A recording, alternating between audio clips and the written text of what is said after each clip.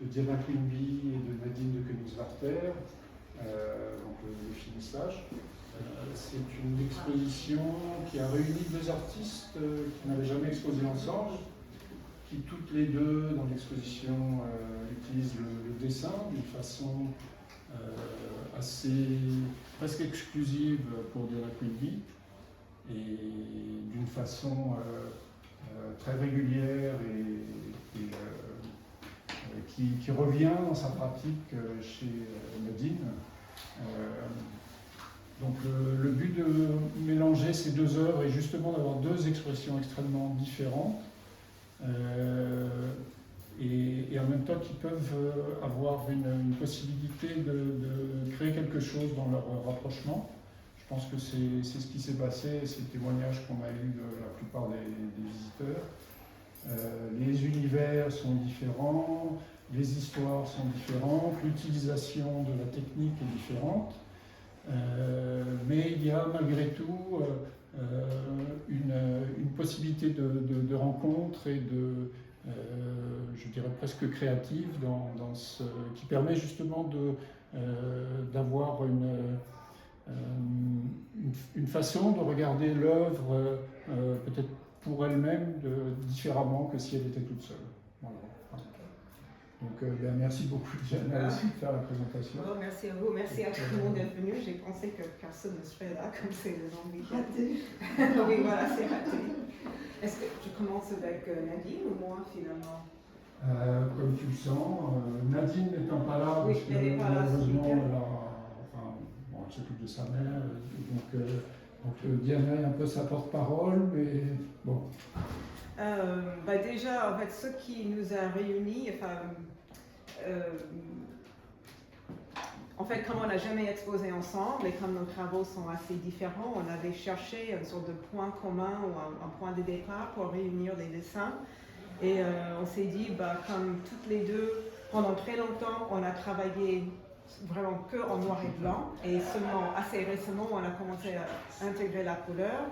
On s'est dit qu'on allait montrer des dessins qui mélangent à la fois le noir et blanc et la couleur. Donc en fait, ce sont des travaux très récents. Donc pour Nadine, en fait, ce qu'elle cherche dans son travail, c'est elle cherche la lumière. Donc dans ces dessins-là, elle fabrique des sortes de cartes à gratter, donc avec le pastel gras. Donc elle met une couche de couleurs, elle dit qu'elle choisit les couleurs un peu au hasard, et après elle recouvre avec une couleur sombre ou du noir, et après elle gratte avec une pointe. Donc c'est un peu comme la gravure, donc elle cherche la lumière, elle cherche le fond du support en grattant. Et puis pour le choix des animaux, Nadine c'est une passionnée d'animaux, de tout ce qui est vivant. Elle voulait dire quelque chose par rapport aux vivants dans ce travail. Elle-même, elle fait le sauvetage de chiens. Et donc dans certains dessins, elle intègre des extraits de textes de penseurs qui ont réfléchi sur les animaux, sur la place des animaux ou la relation entre les animaux et les êtres humains. Donc elle travaille ou bien à partir de photographies qu'elle a prises de ses propres animaux, ou bien à partir de vieilles gravures ou des images qu'elle a trouvées sur Internet.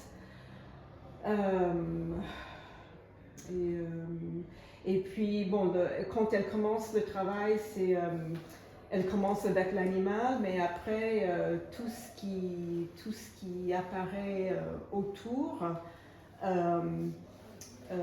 c'est un peu de l'abstraction, c'est des sortes de constellations, enfin, tous les motifs, les formes, ce n'est pas calculé d'avance. C'est de l'animal dans une sorte de cosmos.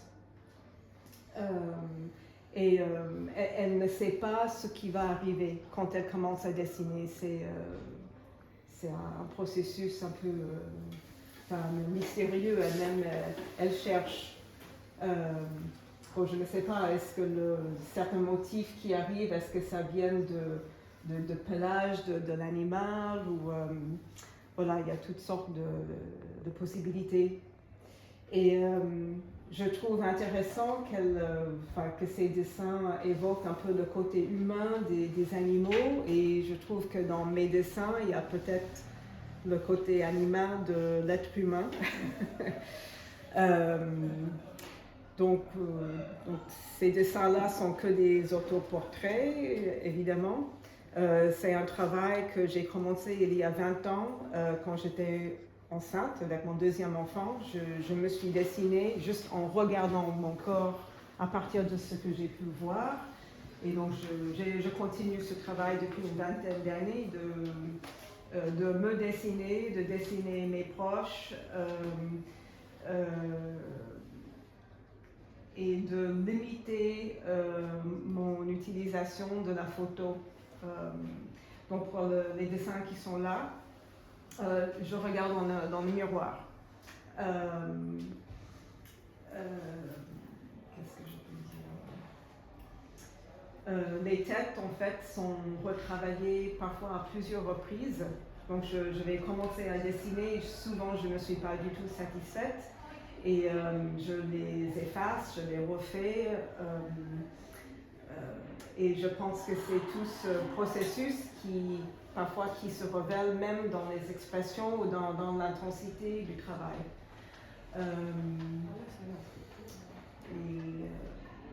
Donc, comme Nadine, donc je travaillais longtemps que en noir et blanc, donc que en crayon graphite sur papier. Et depuis quelques années, j'ai envie peut-être aussi comme Nadine, j'ai envie de voir un peu de couleur ou d'enrichir les nuances de graphite, du gris, avec des traces de couleur pour chercher davantage de profondeur ou de créer une autre présence émotionnelle. Vous avez beaucoup travaillé sur la lumière. Alors oui, peut-être mon Nadine, elle fait venir la lumière en grattant, ça vient de par derrière, et moi c'est en ajoutant. Donc il y a la lumière qui se crée je superpose beaucoup de traits de crayon graphique, crayon de couleur, et la lumière apparaît comme ça en faisant. Et dans ce dessin-là, qui est le plus récent, je crois que c'est quasiment la première fois que je mets un fond. Et je voulais avoir une idée du corps qui émerge d'un fond. Et une artiste qui est passée l'autre jour, elle a dit qu'en fait, tout le fond était comme une peau. Donc c'est comme tout le dessin, c'est une sorte de peau, et puis il y a ce corps qui émerge. Et bon, je ne sais pas est-ce que c'est intéressant ou pas, mais j'ai pu voir récemment dans un musée d'art ancien à Cologne, une peinture du 14e ou 15e siècle. C'était deux personnages, deux saints, qui étaient peints sur un panneau de bois, mais les têtes étaient en relief. Donc les têtes étaient en sculpture. Ce dessin en fait était déjà en cours, et puis j'ai vu cette peinture qui m'a frappée, parce que ça fait presque peur d'avoir les têtes qui émergent comme ça du support. Et peut-être que ça m'a inspiré un petit peu la suite de l'évolution de ce dessin. Je cherche un lien entre les deux personnages ou les deux corps. Et avec tous ces traits superposés, c'est peut-être une manière de fouiller ce lien. Voilà, je ne sais pas si vous avez des remarques ou des questions. Est-ce qu'il y a une aura autour de la figure, hein? C'est ce que je voulais dire. Ça fait un peu quelque chose de spirituel, de religieux. Alors c'est pas conscient, mais je ne me souviens pas si dans ce tableau que j'ai vu, s'il y avait des tableaux peut-être, si c'était deux saints, deux. Sur celle-là en fait. Oui. Oui, aussi des repentirs, comme j'ai dit, comme c'est d'après miroir et comme pour moi ça prend du temps pour faire émerger, peut-être pas forcément, clairement pas une ressemblance exacte, mais une présence qui me convainc. Je dois effacer, retravailler et encore effacer. Et je n'arrive pas à complètement effacer, mais je pense que c'est une bonne chose. Est-ce qu'il y a des dates différentes selon ce que vous montrez ici celui tout à fait à gauche là, c'est le premier. Et le premier, mais c'était peut-être que je l'ai commencé, je ne sais pas, fin 2023, mais je l'ai terminé l'année dernière. Non, 2020, on est en quelle année? Non, 2023 parce qu'ils étaient encadrés en début 2025, donc peut-être que ça date déjà de 2023. Et les autres au courant de l'année 2024. Mais Nadine aussi, elle dit que souvent elle commence quelque chose, elle le range et puis elle va le ressortir même des années après pour continuer à travailler dessus. Moi je fais la même chose. Est-ce que ça t'intéresse, que ça fait 20 ans que tu fais ça, de l'idée du corps et du visage qui change au fil des années? C'est quelque chose de, tu vois, qui t'intéresse en soi ou c'est comme ça. Bon, je me regarde dans le miroir, j'ai la même tête aujourd'hui. Oui, tout à fait. Ce parcours d'un visage, d'un corps, oui. C'est quelque chose que tu as envie de montrer à un moment donné, tu vois, comme Roman Opalka qui se machine, enfin, des artistes qui ont toujours la même position et dont le visage et la personne change au fil des années. C'est quelque chose qui t'intéresse en soi? Tout à fait. Je pense à cette femme, est-ce qu'elle est norvégienne ou suédoise, Helen Sterbach, je ne sais pas comment c'est son prénom, une femme qui a travaillé au fin 19e, début de 20e et elle a fait beaucoup d'autres portraits. Elle a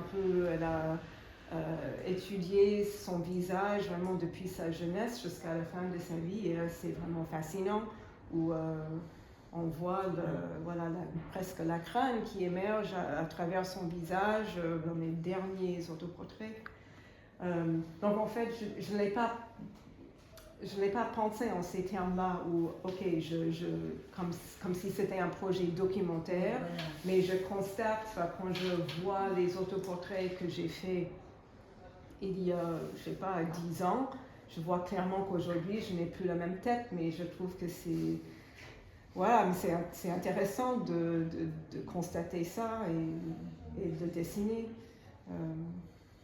Parfois même en dessinant comme ça, je me dis, mais quand même, j'ai pas assez de rides, ou j'ai pas. Je ne sais pas. Est-ce que l'habitude est importante? Est-ce que l'habitude, je veux dire, tu as l'habitude de te dessiner. Est-ce que c'est une composante de ton travail de savoir que tu pars dans terrain inconnu, si je puis dire, d'avoir une sorte de... Tu sais que tu vas y arriver parce que tu l'as déjà fait tant de fois. Je ne sais pas que je vais y arriver. Parce que surtout quand j'ai vraiment commencé à regarder ma tête de près, les premiers autoportraits, en fait, je les ai tous retravaillés parce que je n'étais pas satisfaite. Donc pour moi, je ne suis pas arrivée. Et à chaque fois que je commence, je ne sais pas si ça va sortir vraiment. Je ne sais pas si je vais arriver à faire quelque chose qui me satisfait. Ce qui est vraiment remarquable dans la ressemblance, c'est la zone autour des yeux et l'intensité du regard. Je trouve que ça, c'est vraiment quelque chose qui nous marque en tant que regardeur. Et il y a beaucoup de ressemblances dans les trois portraits, là, sur la zone des yeux. Et c'est peut-être bizarre de le dire comme ça, mais j'ai l'impression que pour toi, il y a comme si tu le faisais presque intuitivement. C'est vrai. Pour que ça se ressemble autant, c'est qu'il y a un énorme poids de l'habitude du geste. Enfin, je sais pas, c'est une question. C'est possible.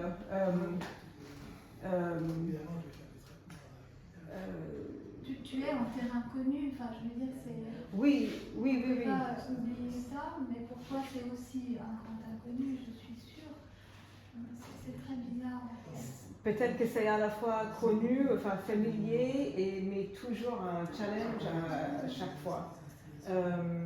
Oui, parce qu'il y a les traits physiques, mais en fait, au fil des années, il y a une maturité, vous êtes nourri, et en fait, là, à travers les visages, le visage, le regard, c'est aussi le reflet de l'âme et d'une maturité aussi de tout ce qui nous a. Enfin, c'est vrai que dans la vie, on subit des métamorphoses.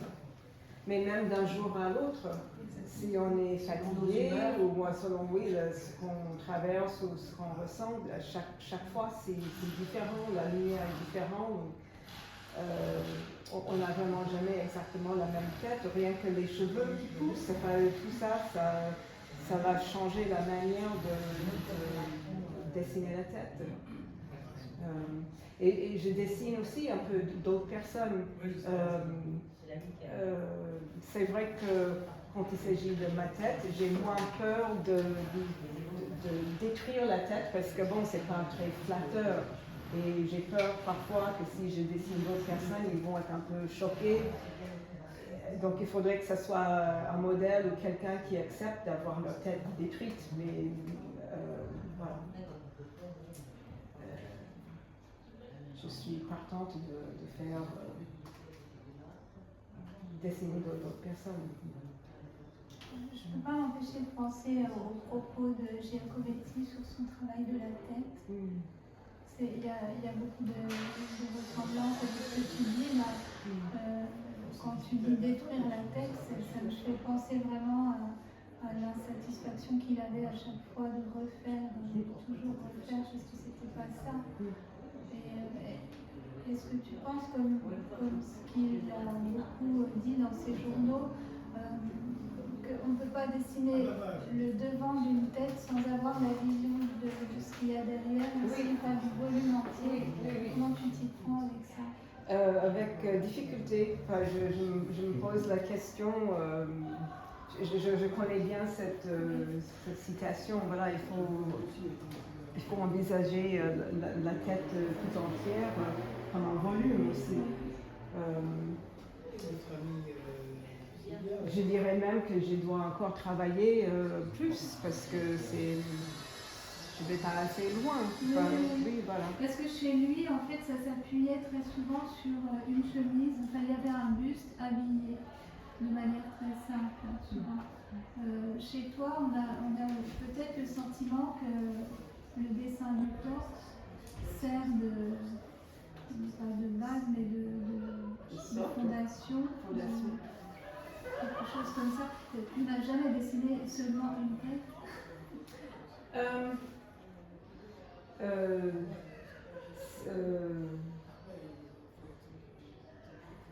Tu fais beaucoup de bustes sans tête, oui. Des têtes sans buste, non, je crois pas. Il y a peut-être des essais, mais qui ne m'ont pas satisfait, voilà. Justement, par rapport à ce que vous venez de dire, pourquoi ce cadrage? Pourquoi ce cadrage? Pourquoi une certaine proportion du corps et pas une autre? Je dirais que ces dessins-là sont déjà des faux. Ou les autres dessins sont peut-être différents, je ne sais pas. Les autres dessins sont plus grands, ils sont plus grands que ça, et donc le corps prend beaucoup de place dans le papier. Et c'est pas calculé, c'est pas fait exprès. Parfois, quand je commence un dessin, je veux plus du corps sur le papier que ça, mais je n'arrive pas. Où je veux une certaine présence pour que ça ne soit pas juste comme une illustration ou Je veux que ça dépasse, que ça devienne autre chose. Et par rapport à la taille réelle, par rapport au réel, C'est légèrement plus grand. c'est légèrement plus grand. Oui. Ça, c'est calculé pour... C'est pas calculé, ça vient comme ça. J'ai toujours dépassé la feuille comme ça. Un besoin d'espace, que le corps occupe l'espace d'une certaine manière, que ça soit très présent. On oublie que Diana est américaine. Voilà, Ce sont des plans américains. je prends de la place, exact. Je peux pas m'empêcher. Et là, les trois figures là, ont été pensées, même si elles n'ont pas été faites simultanément, mais in fine, elles ont quand même été pensées sous forme de triptyque, comme c'est présenté là. Non, j'ai fait le premier et après j'ai commencé les autres. Enfin, ce qui s'est passé dans le premier, ça m'intéressait, donc j'ai continué. Et en fait, c'était le hasard. C'était une amie qui a passé à mon atelier quand les trois étaient accrochés et elle m'a dit « Ah, mais ça fonctionne très bien comme ça. On dirait que, parce que l'expression change d'une tête à l'autre. » Et grâce à cette personne, voilà, ça devient un triptyque. Et c'est vrai que le regard allant inévitablement de l'un à l'autre, de l'une à l'autre, en fait c'est très, très intéressant parce que ça, les choses, les yeux, se renforcent l'une l'autre sans arrêt. Une espèce de parole comme ça qui va de l'une à l'autre, on se va-et-vient. Oui. Et du coup, je ne sais pas qu'est-ce que ça donne quand c'est présenté évidemment sous forme d'unité. Mais là, en l'occurrence, je trouve qu'il se passe vraiment quelque chose, le fait que ce soit un triptyque. Oui, elles ont besoin de l'un de l'autre. Qu'est-ce que vous diriez par rapport à votre travail de Opelka? Oui. Comment vous vous situez par rapport à une démarche comme ça? Ben, lui, c'était vraiment systématique, c'était vraiment tous les jours et avec la notation la numérotation et avec le dégradé de blanc ou de gris et tout ça. Ce que je fais n'est pas du tout systématique. Je n'arrive pas. Mais j'admire les artistes qui peuvent faire ça. Mais il y a quand même une relation au temps qui est identique. Forcément, il y a une relation au temps. Mais il me semble que lui, il allait dans son atelier vraiment tous les jours. Je ne sais même pas si c'était aux mêmes heures, tous les jours. C'est comme une sorte de rituel. Et ça, c'est pas aussi ordonné. Parce qu'en plus, je vais travailler sur plusieurs dessins à la fois, des dessins qui sont différents. Pareil pour l'histoire des animaux, je me suis dessinée avec des animaux. J'aimerais faire encore quelque chose comme ça. Donc, je suis pas dans un... C'est peut-être un petit peu conceptuel, mais pas totalement. Est-ce que c'est pour vous important de faire des portraits? C'est-à-dire, est-ce que c'est important? Je sais pas, il y a mille choses à faire. Je Est-ce trouve que ça, le portrait, qu'est-ce que ça signifie pour vous? ça me fascine, c'est une présence.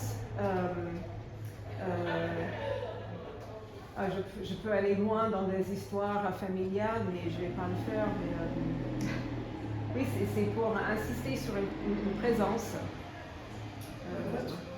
Oui, tout à l'heure, en fait, c'est dit que je me demandais, en fait, si par l'intermédiaire de l'autoportrait, en fait, c'était une quête de ses racines, une quête de ses racines.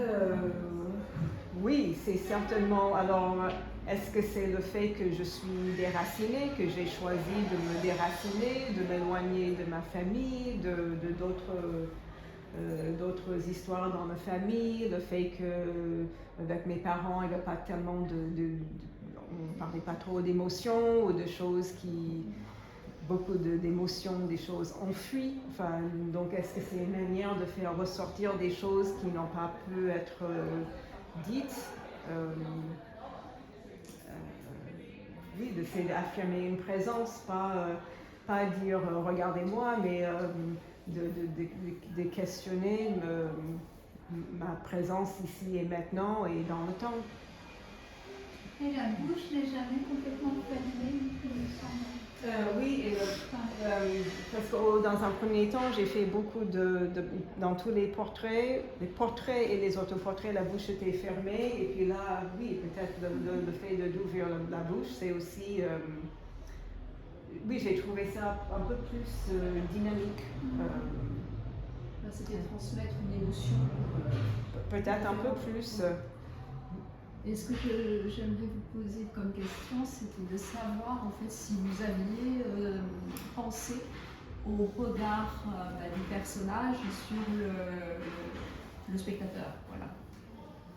Parce que là, on est confronté à des portraits qui interrogent le spectateur. Oui. Donc c'est intéressant. Oui, souvent je veux bien qu'il y ait une confrontation directe, un regard direct. Bon, parfois ça part un peu de travers, mais parfois même dans certains portraits, au départ, je mets les yeux plus d'un côté ou de l'autre, comme si le portrait regardait ailleurs, et souvent je le change parce que je ne suis pas vraiment convaincue. Je veux que le regard saisit un peu le spectateur, ou que moi-même je sois saisie par ce même regard. Il y a un mélange de sévérité et d'étonnement, je pense, dans les yeux.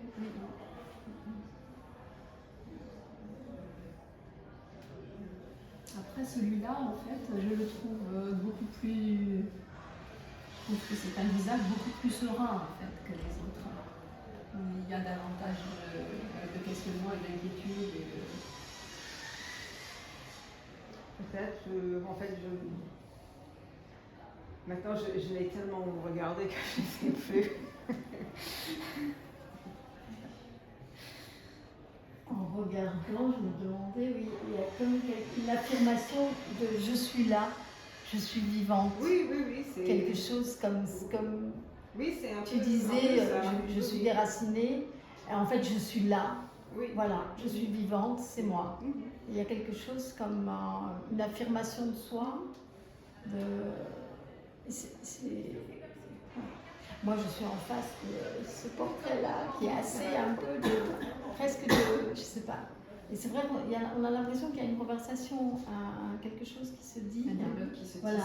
Il y a une parole qui passe. Et dans celle-ci, il y a peut-être de la sidération. Oui, beaucoup de gens disent ça. Peut-être, hein. Moi je le ressens comme ça, celle-ci, hein.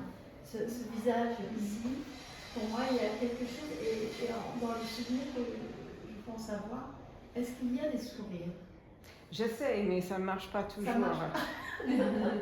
Est-ce que là on cherche justement c'est une recherche? Parfois je tente le sourire, mais Rembrandt, il faisait des autoportraits avec le sourire, mais c'est toujours un peu crispé, de tenir le sourire comme ça, c'est difficile. C'est comme une affirmation de soi. Vous aviez essayé sur le portrait. Un petit peu, mais c'est pas tout à fait... un petit peu. Et celui-ci correspond donc à la vision que vous avez vue sur une sculpture du 14e, c'est ça? C'était un panneau, comme une peinture sur bois, mais les têtes étaient en relief. Donc les têtes étaient sculptées, donc je ne sais pas s'ils étaient un peu collés sur le... j'avais l'impression que les têtes en bois émergeaient carrément du fond. Ça sortait du tableau, c'était très étrange. J'avais jamais vu ça. C'est curieux parce que quand je suis rentrée, on a une vue frontale et j'ai immédiatement pensé à Grunewald. À Grunewald, ah oui.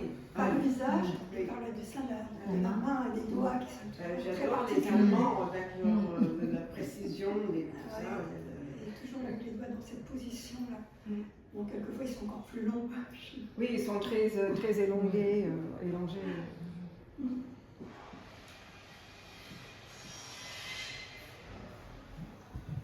C'était... je sais que la plupart du temps, tu cherches à faire tes mains un peu plus grandes que disproportionnée en reste. Est-ce que la lumière sur celle-là est exprès ou J'ai pensé à ça l'autre jour, je me suis dit, ah, mais regarde ce que j'ai fait, j'ai même pas fait attention. C'est venu comme ça. Parce que l'impression que tu es en train d'entrer dans un espace dual de lumière et que ce sont tes seins, ta tête et la main qui entrent dans cet espace de lumière avant le reste en fait. C'est possible, on ne sait pas, il y a peut-être une lumière blanche ici. J'avance vers cette lumière, je ne sais pas. Le ventre, c'est le siège des désirs, c'est ça? Ah oui. Désir ou des émotions? Ou tout ça ensemble? Des émotions.